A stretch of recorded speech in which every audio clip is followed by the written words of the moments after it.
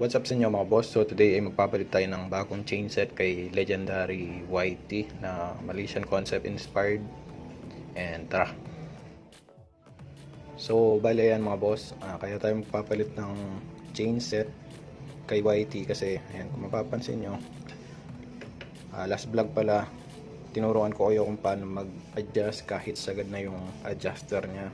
And ngayon papalitan na natin ng buo kasi meron akong napansin.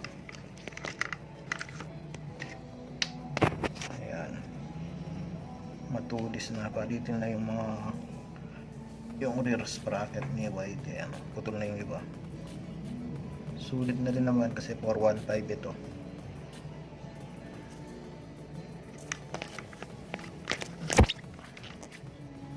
Tapos magpapalit tayo ng rubber damper. Ayan. Pagdating naman dito sa front sprocket nya, ayan, okay pa naman, hindi pa naman siya matulis. Ayan, all goods pa naman. Pero papalitan natin ng buo. So check natin yung bagong papalit natin mga boss na chain set para kay YT. So bale yan mga boss, ito yung i-install natin or ipapalit natin na chain set. King Drag Sprocket Kit na pang Wave XRM 125. Ayan. Tapos 14T yung sa front, 3040 yung sa rear. Ang size ng chain is 428 110 links. Kulay black. Kasi ito yung kasama. Ayan.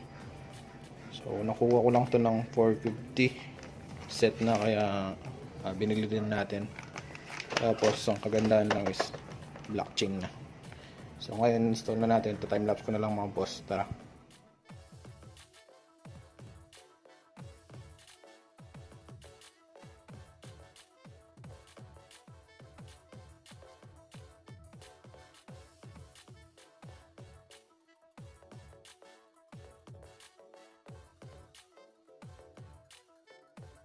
So bali ayan mga boss, ito yung King Drag na rear sprocket.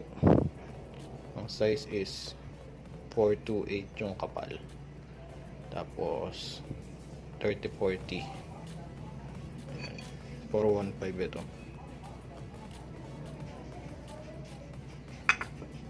Grabe oh. Ang daming putol na ipin. Ayan oh.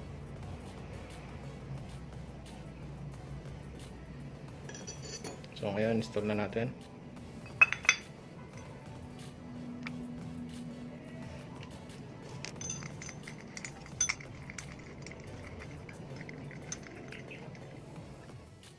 Tapos ito na yung i-install natin na bagong rubber damper. Ayan.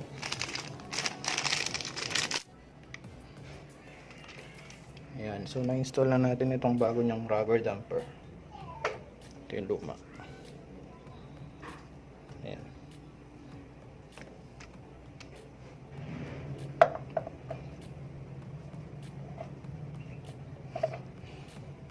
Ayun, wala nang alog. Ayos.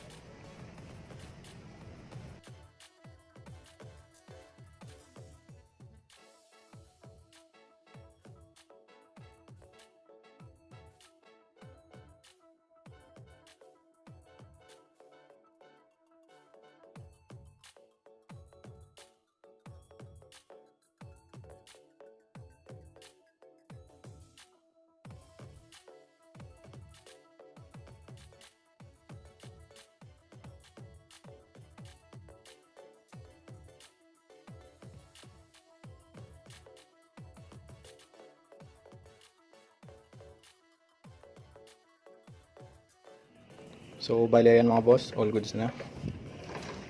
Ayan. So bali nagputol lang tayo ng dalawang links dito sa king drag na chain.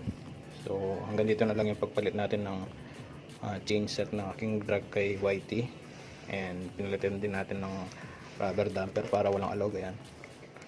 So ayun lang, like, comment, share, and subscribe mga boss. Always ride safe.